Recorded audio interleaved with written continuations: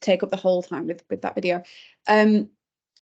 So yeah, we'd actually been reflecting very recently, because we've been writing up kind of some of our dissemination around this, and we had a session where we just talked about, actually, well, okay, let's revisit, why did we do co-production here, and how has it worked? What have we learned from doing it, and how has it helped the project? Because we're kind of writing about that in our dissemination. So I wanted to include some of the reflections that came up there.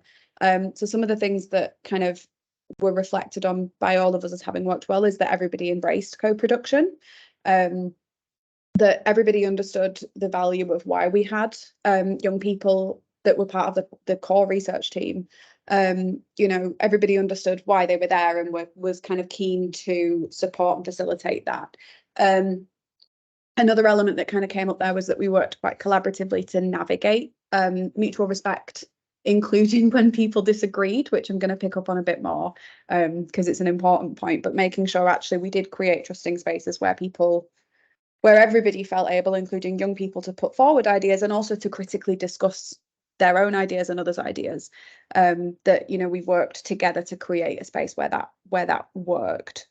You know, the co-design, certainly in terms of the benefit of that work, that the co-design that we did led to more engaging materials, absolutely the case, more inclusive materials and processes, ways of thinking about how these were online focus groups, you know, ways of thinking about how a young person, when they feels when they dial into a Zoom call, that, you know, I'm on Zoom all the time.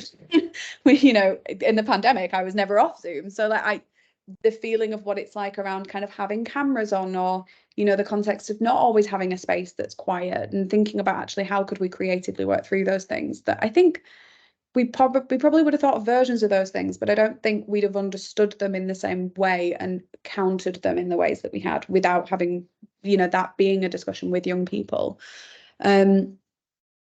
We certainly felt that Pratyasha and Jo co-leading those focus groups really helped to kind of lessen the power dynamics, really supported engagement from our participants. They did feel like very free discussion spaces. It's hard to know how much that's to do with young people being there, but certainly there was a particular depth to those discussions that I think was really supported there. And certainly having those conversations around analysis, both in actually Pratyasha being involved in the coding, in the theme development, as well as Jo coming in and then sense checking with us, adding nuance to our interpretation is, I think, the way we kind of thought of it. You know, it really helped us understand some of the messy areas of this, and kind of enhanced aspects of how we were making sense of things. A couple of challenges we picked up on was making sure young researchers weren't seen as a spokesperson for all young people. I think that's really important when we're engaging with community members. They're not a mouthpiece, you know, in the same way that I don't represent all researchers. You know, it's thinking about that carefully, and actually that became more of a challenge over time. Jo needed to step back from the project a little more, and so actually that was then, you know, really making sure that we didn't sort of see Pratyasha as this sole beacon of young people. So yeah, that was something we kind of really tried to actively navigate, including with Pratyasha and having those conversations. And also that navigating university systems was a challenge. Like I said, they really wanted to use NVivo. Actually getting NVivo on their computers via the IT service was possibly the hardest aspect of the project, which, to say this was a high-risk piece of work with sensitive engagement, says a lot, you know, and we were very lucky that we were paying young people via Common Room, because that is often a problem as well. It's kind of university systems not being set up for payment. So certainly there were aspects of navigating university systems that could be a real challenge here. All of that is to say, none of that is the single way to do co-production. I just wanted to give some context before I explore kind of principles and practical tips here. There is no right way. There are principles, and there are, you know, ways of thinking about and engaging in this work, and certainly it's right and ethically appropriate that we think about like power dynamics, and that we build relationships, and that we pay people, and I'll pick up on those things, but there's not one way of approaching any of that. It's very kind of principle based. So just to be clear, yeah, that's not me saying here's an exemplary way of doing it. Here's how we did it. So yeah, just to pick up, these are, you know, different community spaces that we're working in and groups that we're working with. There's different needs at play, different projects, there's different considerations, and sometimes, you know, not everything is appropriate everywhere. So just to say that's very kind of caveated. So thinking about what those principles are, that can underpin whatever way is right for us. I'm just going to pick up on those points from NAHR, and I'll just spend a couple of minutes talking about each one, but really get into those kinds of practical tips. So building and maintaining relationships. I'd like to think this feels obvious as kind of the key tenet of doing this kind of collaborative work with people beyond the university, with the public and communities. We like to have relationships with our colleagues at work. I think that's, when I think about the people I collaborate with most often, I have built those, really trusting relationships. We know how to communicate with each other. We know kind of, we think about role specificity, who's doing what, all that kind of thing. That becomes so much more important when we're working with these groups, who maybe don't have relationships with these kinds of institutional spaces, and people, and that can kind of feel all kinds of ways, but also that not everybody's always having research conversations and feeling really free to talk about this thing and that thing, and actually all of that takes time to kind of build the foundation for. So in terms of tips around that, there's tips around kind of building, but also I think maintaining relationships is really important not to overlook here. So in terms of actually identifying relationships, I would say if you're feeling unsure about how to actually find people to do this, as I said, I've worked with Common Room quite a lot. They tend to have young people who are working with them on lots of different projects, but also connections to lots of different charities and organizations that they might kind of recruit via. But I've also worked with kind of partner organizations like youth trusts who already, have those channels with young people. I found that a very, and also by schools, actually, in some instances for me, of actually, it's, working with a particular school. And that's something that we're looking to build as a longer term approach of kind of having partner schools, where the young people, we have a small group of young people who are kind of trained and have a long-term relationship with us. So there's all kinds of ways of doing that. But I do think that that organizations, charities, trusts, settings that your community members are in, actually, that can be a really valuable way of not just finding people, but also supporting them. Working via Common Room means that Pratyasha and Joe they didn't just have support from me and Becca and other researchers, they had support from Common Room of people who were really well trained to debrief. Similarly, when I work with youth trusts, that gives us really good systems to be working in terms of safeguarding, in terms of payment, in terms of like the physical space we can be in, and the support and kind of professional advice we can get from people who work every day with these people, from professionals. So thinking about going via organizations actually has lots of benefits in building those relationships. But then when you actually have some people in the room with you, tips I would give are making sure that you do create time and space to get to know one another as people. I think that there's more of a need for that than there often is when we're working together on research projects. As I said, there's different kind of levels of that, and I think that's really important when we're working with community members, that actually that does take time to build. On a human level, as well as kind of in a role-based way. When I think of me as a researcher coming in, there's sometimes quite a lot of mistrust with some communities, quite rightly, I think. And also, not that I'm somebody not to be trusted, but certainly mistrust of research communities and the Institute, I think, is something that I've come across quite a lot. And in other spaces, it's more about kind of, researchers seem intimidating. When I'm thinking about children, they often think of us as, researchers wear lab coats and they're in these buildings far away and they know things and they're clever, and we don't, and we're not. But we're seen that way, and that breaking through those barriers to get to know each other on human levels can be really important and build that trust. Making sure everyone in the team understands their role. By that I mean researchers as well as community partners. Thinking about actually making space to talk together about, well, why are we doing co-production and what is everybody's role in that, can feel really, really important. There are quiet periods quite often in projects, when an ethics application is in, or when we've got kind of recruitment going on, or there can be points where there's kind of less direct decision making being made. And I think it's really important also to think about, don't just drop off the face of the earth for these people when that's happening. Just catching up and having kind of a social check-in can be quite nice. you know, thinking about ways of keeping that relationship living, as it were. Keep on checking in relationships as well. How you feel things are going as a team might not be how people are feeling, and actually making time at the end of sessions together to say, right, you know, how's today been? You know, how is all of this working? Are there ways of taking that forward? You know, I've definitely had young people say, actually, I found this really hard today, or I didn't really feel this worked for me today, or I'm finding all of this a bit weird at the moment, and can we talk about that? And just keeping on making sure that we're checking in on that kind of, you know, on that relationship and how what we're doing is working. And also exploring together how relationships extend beyond the project. There's a bit of a problem with people kind of doing some research with a community and then just buggering off and not bothering to tell them what was found or what we're doing with it or how they might be involved down the line. I try to approach increasingly now my relationships with community partners as long term.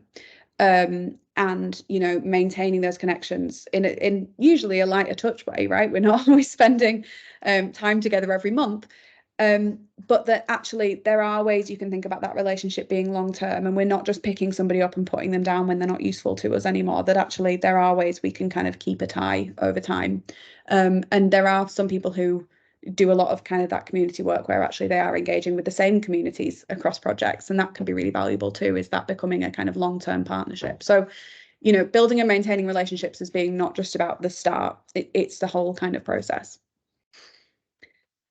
Sharing of power.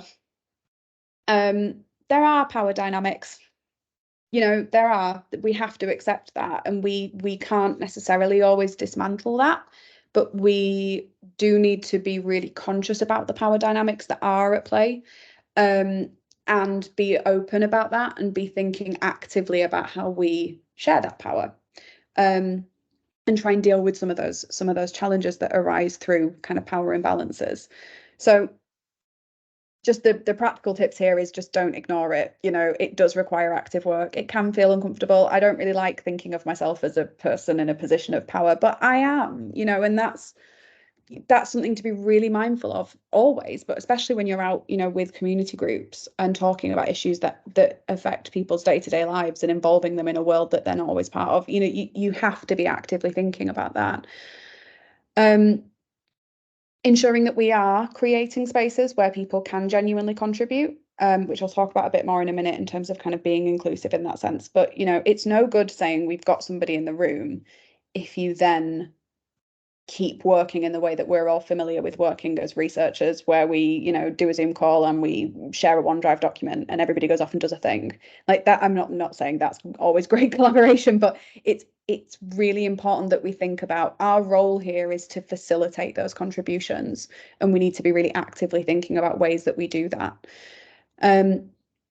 Building trust and mutual respect. As I said, I think, you know, I've definitely experienced, you know, going out and working with partners where there is mistrust. And I think that is often informed by experience or what they've kind of seen portrayed of real situations. And, you know, that's really important to kind of be conscious of, that you can't just assume that there's trust put in you when you're in these spaces. You have to build that trust. You have to keep showing that commitment. Again, that ties to the need for those relationships to be built carefully, and the time at the start. We can't assume we can just come in and start making research decisions together. There has to be a building process that happens. There has to be establishing people being on the same page and being willing to move pages sometimes. But all of that is part of kind of building trust in these spaces and building a sense of kind of mutual respect of hearing each other. And all of that happens through that time and relationship building. And the other aspect of sharing of power here is joint ownership of key decisions. My experience in co-production is very much we're making decisions together. There are times when people might suggest a thing. I'm going to talk about this more in a minute, but there are times when people might suggest a thing where I think ethically that doesn't, you know, either university policy won't allow X, or actually there's really good reason we want to think about that carefully. And that's okay. It's okay to say that. It doesn't have to mean that you're moving into a community group and you're purely there to facilitate everything that they say. This is a joint process. You know, you're going in there as a trained researcher. You do bring knowledge. It's just that you can't hog that. So thinking about actually that sharing of power in decisions, that actually these are decisions that need to be talked about together and need to be kind of moved towards together in a way that there's general consensus around, which sometimes can be quite hard, but that joint ownership that people, you know, are genuinely able to feed into decision making and that those are arrived at together. An example of joint decision making, this is from some work that we've been doing. It's very we're just at the point of starting to design data generation tools, but this is a co-produced project with young people. These are the logos they've been designing for the project. They've recently named the project. The project is an offshoot of, people might be familiar with the Be Well project in Greater Manchester. This is an offshoot of that that's exploring LGBTQIA plus young people's wellbeing experiences in Greater Manchester, and they've called it #BeProud. As a play on Be Well, we talked a lot about the pros and cons of maintaining a link to Be Well and how do you capture all the ingredients of what's happening. So we've been, you know, working through even just the naming process and the logo design process with young people, where my logo is on there. I won't point to which, I don't think it's the best, but we all sat and mapped out, right, get every bad idea down, get every logo idea down, and then let's pin them all up and look at them together. So, you know, even some of those things can be kind of done in that collaborative way. I'm sharing this with their permission. They were all very excited by this logo process. It was really fun. Okay, so including all perspectives and skills. I've touched on this a little bit. There are barriers, I mean, power and otherwise, when we engage with these communities. And we have to think about how we're working in an inclusive way and kind of identifying roadblocks and thinking about actually how do we draw on everybody's perspective in this space and the skills that people are bringing. So some practical tips around that is recognizing different entry points. Don't speak in jargon. And if you are in a team where you're co-producing work, or you've got, you know, community partners in the room in whatever capacity, if someone is speaking in jargon, tell them to stop and or interpret for them. I have often in youth spaces been saying, so and so mentioned this, then let me just explain what that is. And it doesn't have to be patronizing. It's just, we're using these terms all the time.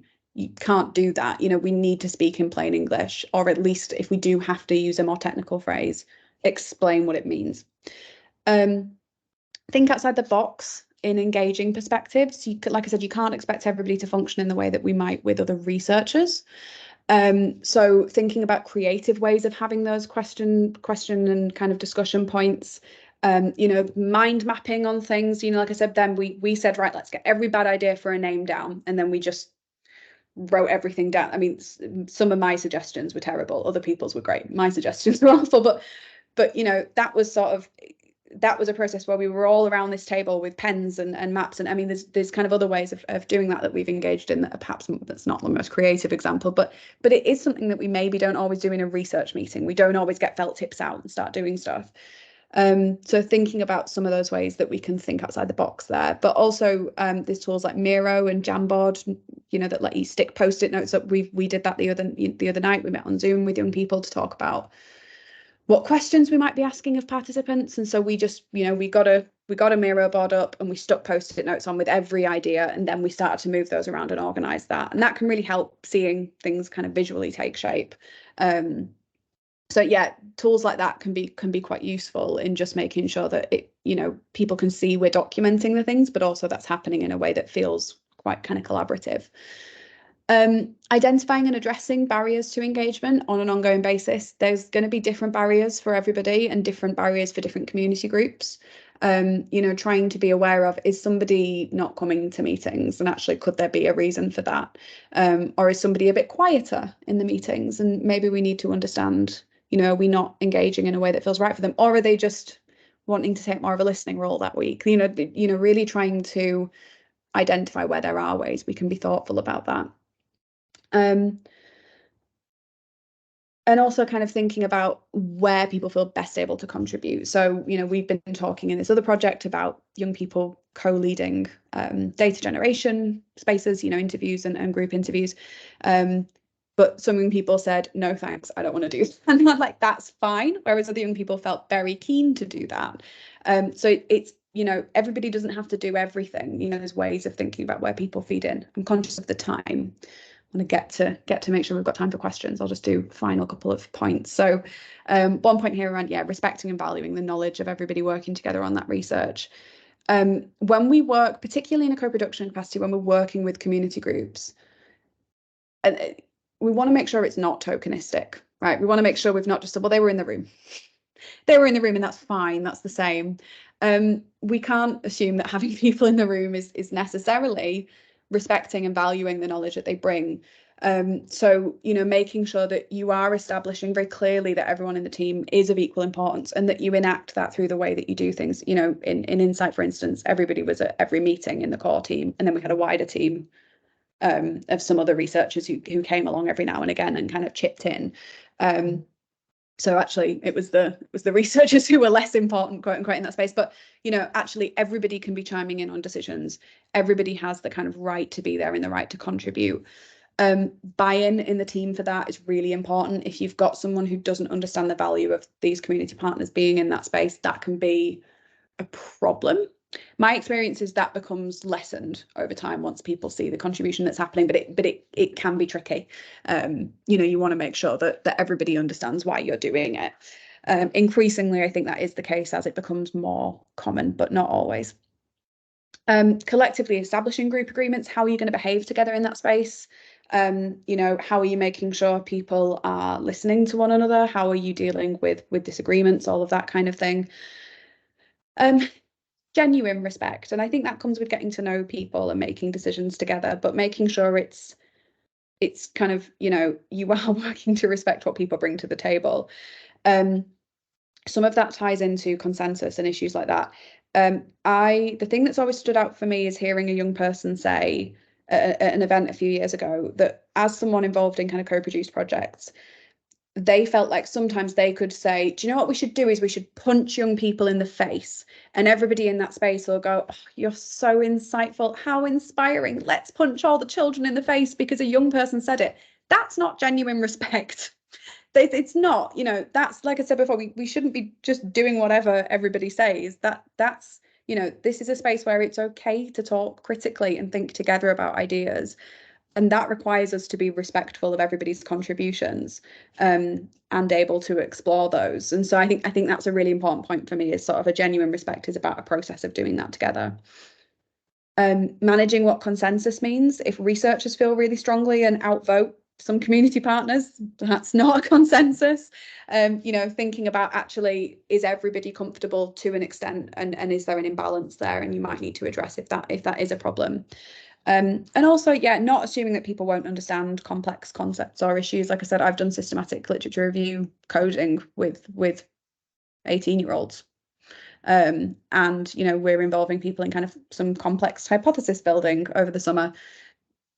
There's an assumption sometimes that young people or community partners kind of won't be able to engage in those things. And actually they can if you make it something that is accessible. Final point, really important, around kind of reciprocal dynamics here. This is a two-way street. Pay people.